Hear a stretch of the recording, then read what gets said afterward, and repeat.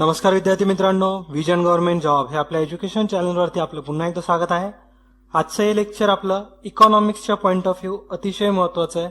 आपल्या या लेक्चरचा अजेंडा असा आहे की आपण आज एफडीआय बद्दल सगळी डिटेल इन्फॉर्मेशन बघणार आहे.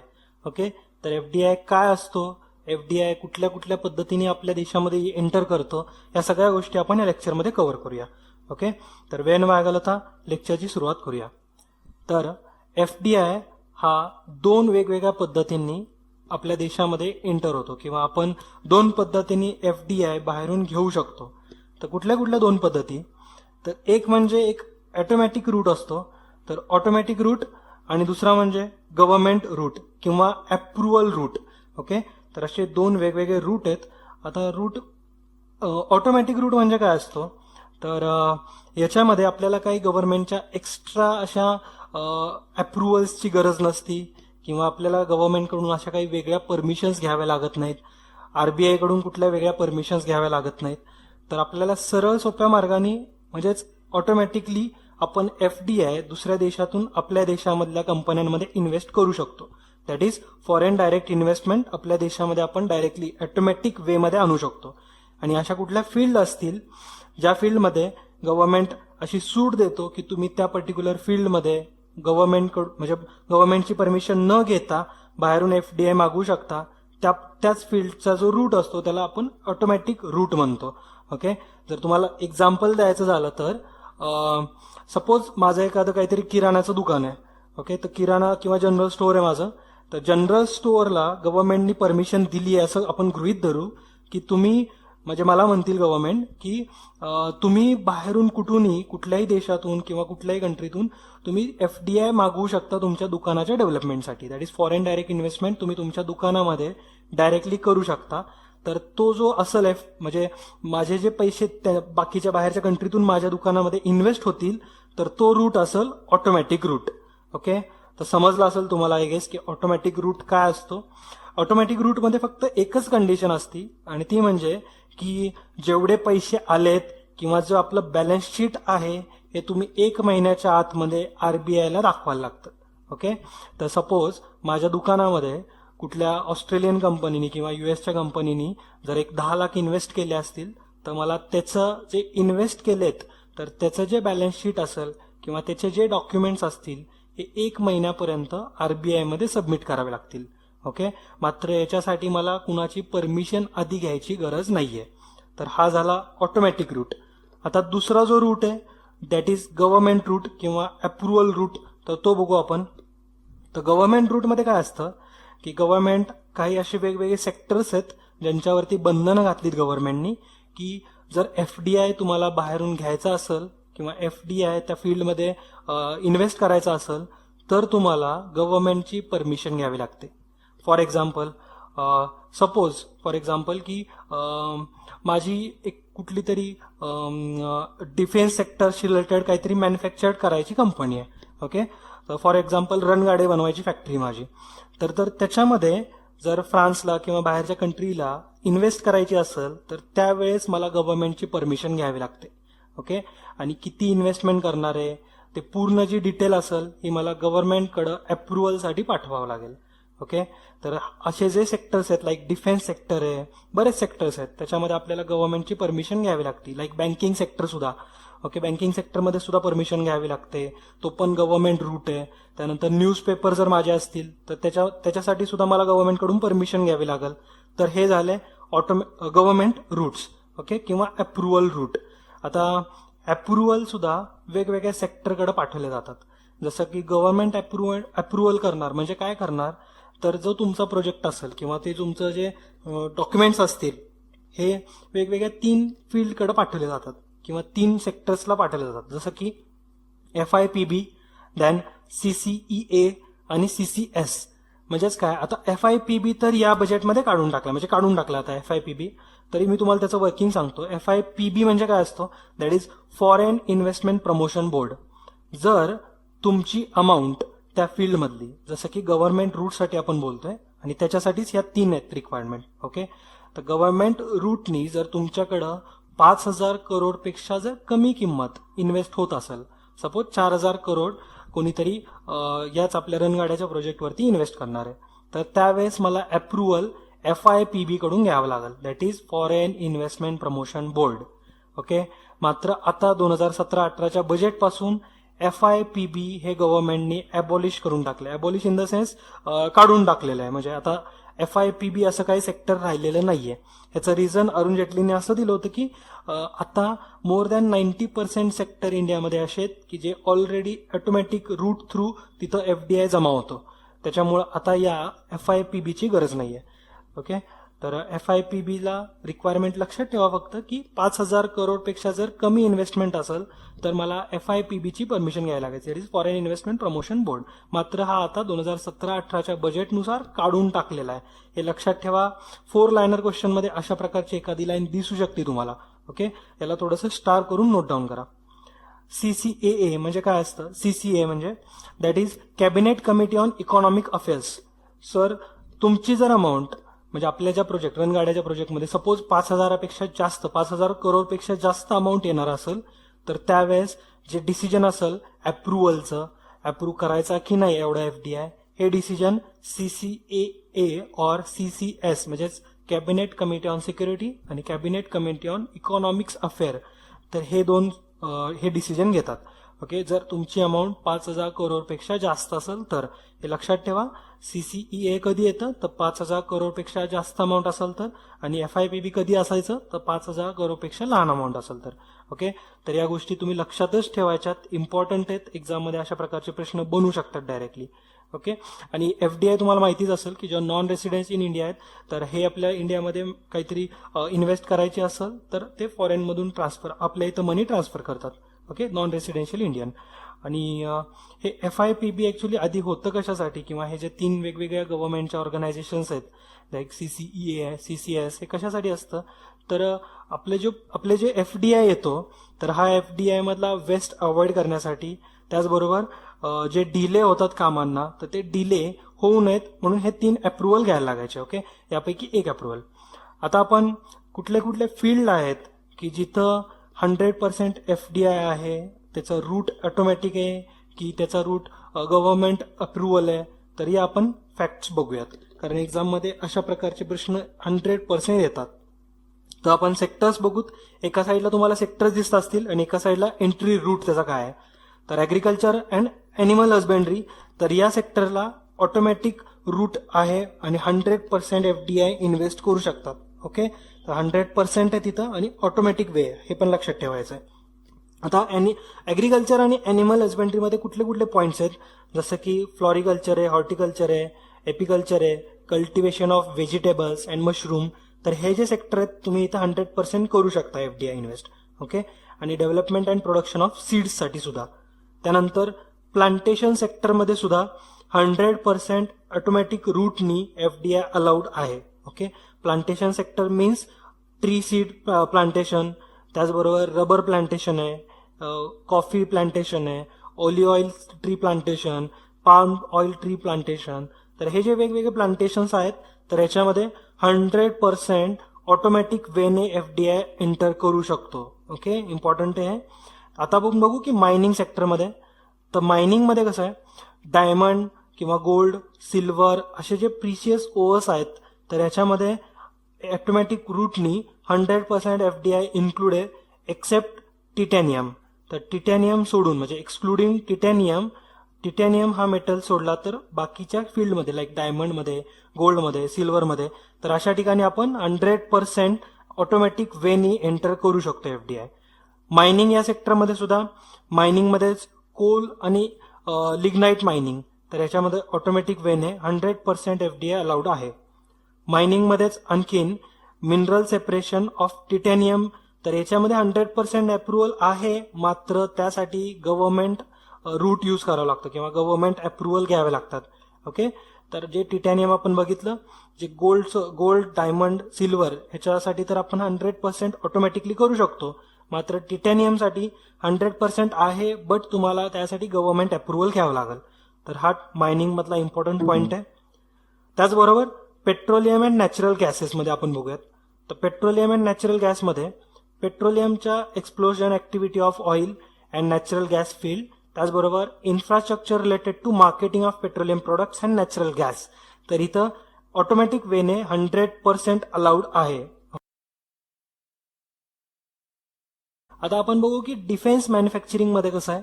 तर डिफेन्स मॅन्युफॅक्चरिंग मध्ये ऑटोमॅटिक रूटनी 49% एफडीआय अलाउड आहे. जर अबोव्ह 49 अँड बिलो 100% असेल तर त्यासाठी तुम्हाला गव्हर्नमेंट अप्रुव्हल घ्यावं लागतं. ओके, म्हणजे जर कुणी लिमिट विचारली डिफेन्स मॅन्युफॅक्चरिंगसाठी ती 100% आहे, बट ऑटोमॅटिक वेनी 49%च आहे. मात्र ऑटोमॅटिक वे म्हणजे जर 49% सोडलं तर तुम्हाला गव्हर्नमेंट अप्रुव्हल घ्यावं लागणार. ओके, त्याचबरोबर 49% पेक्षा जास्त आणि 2,000 करोडपेक्षा कमी जर तुमची इन्व्हेस्टमेंट असेल तर तुम्हाला government that is cabinet committee on security कडून अप्रुव्हल घ्यावं लागतं. ओके, हा पण पॉईंट महत्वाचा आहे, हे पण लक्षात ठेवायचं आहे की जर तुमचं एफडीआय डिफेन्स मॅन्युफॅक्चरिंगसाठी 49% पेक्षा जास्त, त्याचबरोबर 2,000 करोडपेक्षा जास्त असेल तर कुणाकडून अप्रुव्हल घ्यायचं आहे, कॅबिनेट कमिटी ऑन सिक्युरिटीज यांच्याकडून तुम्हाला अप्रुव्हल घ्यायचं आहे. ओके, हे तुम्हाला कळालं असेल. आता आपण दुसरे सेक्टर्स बघू, लाईक ब्रॉडकास्टिंग. ब्रॉडकास्टिंगमध्ये तुम्हाला 100% ऑटोमॅटिक वेने अलाव आहे. मात्र कुठलं ब्रॉडकास्टिंग, त्याच्यामध्ये वेगवेगळे प्रकार आहेत, जसं की डीटीएच आहे, then teleports, cable networks, mobile TV. तर यासाठी तुम्हाला ऑटोमॅटिक वेने 100% एफडीआय अलाउड आहे. ब्रॉडकास्टिंग कंटेंट सर्व्हिसमध्ये मात्र 49%च अलाउड आहे आणि याच्यासाठी सुद्धा गव्हर्नमेंट रूटचा यूज करावा लागेल किंवा गव्हर्नमेंट अप्रुव्हल घ्यावं लागेल. ओके, जसं की FM रेडिओ सर्व्हिस आहे, त्यानंतर unlinking of news and current affair TV channels. तर हे जे न्यूज चॅनल्स असतात तर याच्यासाठी 49% हे अलाउड आहे एफडीआय आणि तो पण गव्हर्नमेंट रूटनी. ऍक्च्युली हे कशासाठी असतं, फॉरेन इन्व्हेस्टमेंट करतो म्हणजे काय करतो, एखादी बाहेरची मोठी कंपनी आपल्या या कंपन्यांमध्ये इन्व्हेस्ट करणार. आता जर बाहेरची कंपनी लाईक बीबीसीनीच सपोज फॉर एक्झाम्पल झी न्यूजमध्ये पैसे इन्व्हेस्ट केले आणि जवळजवळ 90% इन्व्हेस्टमेंट केली आहे, याचा अर्थ काय होईल, बीबीसीचं थोडंफार तरी कंट्रोल राहीलच झी न्यूजवरती. मग झी न्यूज एखाद्या वेळेस आपल्या देशाच्या विरोधात सुद्धा न्यूज दाखवायला चालू करेल या बीबीसीमुळे. ओके, तर ते असं प्रकार होऊ नये याच्यासाठी म्हणून गव्हर्नमेंटनी 49%च अप्रुव्हल दिले आणि ते पण बाय गव्हर्नमेंट रूट. ओके, म्हणजे ते फायनल डिसिजन गव्हर्नमेंटचं असेल की त्या एफडीआयला या न्यूज चॅनलसाठी अप्रूव्ह करायचं की नाही करायचं. ओके, हा महत्वाचा पॉईंट होता. त्यानंतर जे नॉन न्यूज चॅनल रिलेटेड असतील लाईक टीव्ही सिरियलसाठी वगैरे तिथं 100% ऑटोमॅटिक वेने अलाउड आहे, हे महत्वाचे होते. प्रिंट मीडियामध्ये म्हणजेच आपण न्यूजपेपर आता बघू, तर publications of newspaper and periodic daily with newspapers, तर हे जे असतात तर याच्यासाठी 26%च एफडीआय अलाउड आहे आणि तो पण गव्हर्नमेंट रूटनी. तर महत्वाचा पॉईंट आहे हा, लक्षात ठेवा. आता आपण सिव्हिल एव्हिएशनकडे येऊयात. तर सिव्हिल एव्हिएशनमध्ये जर एअरपोर्ट सेक्टर आपण बघितलं तर एअरपोर्टमध्ये सुद्धा ऍक्च्युली 2 असतात, लाईक ग्रीनफील्ड प्रोजेक्ट असतात त्यांचे. ओके, आणि ब्राऊन ऑलरेडी. तर ग्रीनफील्ड म्हणजे काय, जे नवीन प्रोजेक्ट बनतील असे, ब्राऊन फील्ड म्हणजे जे ऑलरेडी अवेलेबल असे आहेत. तर एअरपोर्ट सेक्टरसाठी म्हणून ऑटोमॅटिक वेने 100% एफडीआय अलाउड आहे. सिव्हिल एव्हिएशन मधलाचा प्रकार आहे एअरपोर्टसाठी. मात्र ज्या एअर ट्रान्सपोर्ट सर्व्हिसेस आहेत like airline, then schedule of air transport service, domestic schedule passengers, त्यानंतर रिजनल एअर ट्रान्सपोर्ट सर्व्हिसेस, तर या ज्या सर्व्हिसेस आहेत याच्यामध्ये ऑटोमॅटिक वेनी 49%च एफडीआय अलाउड आहे. ओके, आणि 49 पेक्षा जास्त, 100% पेक्षा कमी, तर याच्यासाठी गव्हर्नमेंट अप्रुव्हल घ्यावं लागतं, म्हणजेच गव्हर्नमेंट रूटचा यूज करावा लागतो. ओके, हे लक्षात ठेवा. जर तुम्ही एअरपोर्टसाठी काही हेल्प करत असाल, एक्झिस्टिंग एअरपोर्टवरती काही तुमचा प्रोजेक्ट असा, एअरपोर्टसाठी म्हणून ऑटोमॅटिक वेने 100% अलाउड आहे. मात्र जर ट्रान्सपोर्ट सर्व्हिसेस बद्दल असेल तर तिथं फक्त 49%च ऑटोमॅटिक वेनी अलाउड आहे. हे पॉईंट महत्वाचे आहेत, लक्षात ठेवा. त्यानंतर आता बघू की इंडस्ट्रियल पार्क. तर इंडस्ट्रियल पार्कसाठी 100% ऑटोमॅटिक वेने अलाउड आहे. कन्स्ट्रक्शन अँड डेव्हलपमेंटसाठी that is township and house building up, तर या इन्फ्रास्ट्रक्चरसाठी म्हणून 100% ऑटोमॅटिक वेने अलाउड आहे. ओके, त्याचबरोबर आता आपण बघू की सॅटेलाइट्स वगैरे मध्ये कसं आहे. तर सॅटेलाइटमध्ये जे एस्टॅब्लिशमेंट अँड ऑपरेशन, त्याचबरोबर subject to the sectoral guidelines of the development of space that is ISRO, तर इथं 100% एफडीआय अलाउड आहे, मात्र तो गव्हर्नमेंट अप्रुव्हलनी. ओके, तर सॅटेलाइट्स या फील्डमध्ये गव्हर्नमेंट अप्रुव्हलनी 100% एफडीआय अलाउड आहे. ओके. प्रायव्हेट सेक्टर ज्या सिक्युरिटी एजन्सीज आहेत तर त्याच्यामध्ये 74% ऑटोमॅटिक वेनी अलाउड आहे. ओके. 74% ऑटोमॅटिक आहे. त्याचबरोबर जर तुमचा 74 पेक्षा अबो असेल तर तुम्हाला गव्हर्नमेंट रूट हा अप्लाय करावा लागेल. ओके. तर हा महत्वाचा पॉईंट आहे. त्यानंतर टेलिकॉम सर्व्हिसेस आपण बघू. तर टेलिकॉम सर्व्हिसेसमध्ये सुद्धा 49%च एफडीआय ऑटोमॅटिक वेनी अलाउड आहे. 49 पेक्षा जास्त असेल तर आणि 100% एवढा जर असेल तर गव्हर्नमेंट अप्रुव्हल तुम्हाला घ्यावं लागतं. तर टेलिकॉम सर्व्हिसेसमध्ये ऍक्च्युली बघायचं झालं तर 100% एफडीआय हा अलाउड आहे. मात्र याच्यापैकी 49%च हा ऑटोमॅटिक वेन आहे. 49 पेक्षा जास्त असेल तर government approval. Okay. Cash and carry wholesale ट्रेडिंगमध्ये 100% ऑटोमॅटिक वेने अलाउड आहे. ई कॉमर्स ऍक्टिव्हिटीसाठी सुद्धा 100% ऑटोमॅटिक. ओके. त्यानंतर जे सिंगल ब्रँड रिटेल ट्रेडिंग असतं तर इथं सुद्धा 100% ऑटोमॅटिक वेने अलाउड आहे एफडीआय. मात्र जे मल्टी ब्रँड रिटेल ट्रेडिंग असतात लाईक डीमार्ट, ओके, तिथं मल्टी ब्रँड असतात तर रिटेल ट्रेडिंग येते 51% अलाउड आहे तिथे एफडीआय, तो पण गव्हर्नमेंट अप्रुव्हलने. ओके. तर हे सगळ्यात महत्वाचा पॉईंट होता. मल्टी ब्रँडसाठी एक्झाममध्ये विचारू शकतात. आता आपण बघू रेल्वे इन्फ्रास्ट्रक्चरमध्ये कसं आहे. तर railway infrastructure construction, operation, maintenance of then corridors and वेगवेगळे projects. Okay. High speed train, then freight lines म्हणजे मालगाड्यांच्या ज्या लाईन असतात त्या, सिग्नल सिस्टीम्स. तर याच्यामध्ये 100% एफडीआय अलाउड आहे आणि तो पण ऑटोमॅटिक वेने. ओके. आता आपण बँकिंग सेक्टरकडे येऊया. बँकिंग सेक्टरमध्ये जे प्रायव्हेट सेक्टर बँक्स आहेत तर याच्यामध्ये 74% पर्यंत तुम्ही एफडीआय आणू शकता. मात्र 49%च ऑटोमॅटिक वेने, 49% पेक्षा जास्त आणि 74 पेक्षा कमी हा गव्हर्नमेंट अप्रुव्हलनीच येणार. ओके. बँकिंग त्याच्यामधलाच पब्लिक सेक्टर बँकसाठी, तर पब्लिक सेक्टर बँकसाठी फक्त 20%च एफडीआय अलाउड आहे, तो पण गव्हर्नमेंट रूटनी. ओके. कारण बँक ज्या आहेत हे आपल्या फायनान्शियल इन्स्टिट्यूट असतात देशाच्या आणि बँकवरतीच सगळं जे ग्रोथ आहे ते डिपेंड असते. तर बँक सेक्टरमध्ये फॉरेन इन्व्हेस्टमेंट कमीत कमीच झाली पाहिजे, याच्यामुळे 20% एफडीआय अलाउड आहे आणि तो पण गव्हर्नमेंट अप्रुव्हलनी. महत्वाचा पॉईंट आहे हा. ओके. आणि आजच्या या लेक्चरमधून तुम्हाला असा प्रश्न आहे की आत्ता ज्या वेगवेगळ्या बँक्स आहेत तर त्या एसबीआय मध्ये मर्ज झाल्यात अशा काही बँक, तर कुठल्या कुठल्या बँक एसबीआय मध्ये मर्ज झाल्यात. तर ज्यांना कुणाला आन्सर माहिती असेल तर कमेंट बॉक्समध्ये नक्की मेन्शन करा. ओके. आणि त्या सगळ्या बँकची नावं तुम्ही कमेंट बॉक्समध्ये लिहू शकता. इन्शुरन्स कंपनीचा जर विचार केला तर इन्शुरन्स कंपनीजमध्ये 49% अलाउड आहे, तो पण ऑटोमॅटिक वेने. ओके. पेन्शन सेक्टरमध्ये सुद्धा 49%, पॉवर सेक्टरमध्ये सुद्धा 49%, ते पण ऑटोमॅटिक वेने. Okay. White label ATM operations जे असतात म्हणजे जी थर्ड पार्टी एका एटीएम मध्ये पैसे भरते तर इथं 100% ऑटोमॅटिक वेने एफडीआय अलाउड आहे. ओके. तर व्हाईट लेबल एटीएम ऑपरेशन्स मध्ये 100% ऑटोमॅटिक वेने. नॉन बँकिंग फायनान्शियल इन्स्टिट्यूट किंवा फायनान्स कंपनीज ज्या आहेत ह्यांच्यासाठी सुद्धा 100% एफडीआय, तो पण ऑटोमॅटिक वेने अलाउड आहे. ओके. फार्मास्युटिकल्स जे आहेत ह्याच्यामध्ये brown field and green field असे दोन प्रकार आहेत. ब्राऊन फील्ड मध्ये 74% हा ऑटोमॅटिक वेने अवेलेबल म्हणजे तुम्ही एफडीआय आणू शकता. 100% पर्यंत गव्हर्नमेंट अप्रुव्हल घ्यायला लागेल. म्हणजेच 100% अप्रुव्हल इथं सुद्धा दिलेलं आहे, मात्र 74% त्यापैकी ऑटोमॅटिक वेने आणि जर 100% अप्रुव्हल पाहिजे असेल तर गव्हर्नमेंट. ओके.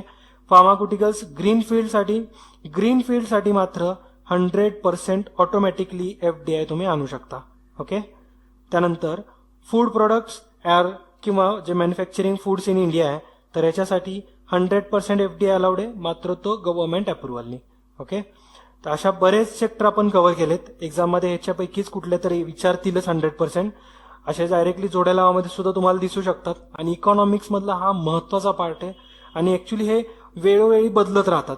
त्याच्यामुळे तुम्हाला करंट अफेअर जेव्हा केव्हा दिसतील तर जे तुम्ही आत्ताच्या नोट्स बनवताय तिथे लगेच तुम्ही करेक्शन करायचे. म्हणजे एखादा एफडीआयचं लिमिट जर कुठं वाढवलं, ओके, किंवा कमी केलं तर तो जो चेंज झाला तो तुमच्या नोट्समध्ये तुम्ही तिथेच लगेच डिनोट करायचा. ओके. असे बरेच सेक्टर्स आहेत की जिथं गव्हर्नमेंटने एफडीआय अलाउडच ठेवला नाहीये. ओके. असे कुठले कुठले सेक्टर्स आहेत? They are like lottery businesses including government, private lottery, online lotteries. त्यानंतर गॅम्बलिंग. ओके, तर गॅम्बलिंगमध्ये सुद्धा एफडीआय अलाउड नाही आहे. FDI is prohibited in this sectors like chit funds, Nidhi companies, तर इथं सुद्धा एफडीआय अलाउड नाही आहे. रिअल इस्टेट बिझनेसमध्ये इथं सुद्धा नाही आहे. त्याचबरोबर जे मॅन्युफॅक्चरिंग कंपन्या आहेत वेगवेगळ्या like cigarette manufacturing companies, okay, then alcohol, tobacco, तर या ज्या कंपनीज आहेत तर इथं सुद्धा एफडीआय अलाउड नाही आहे.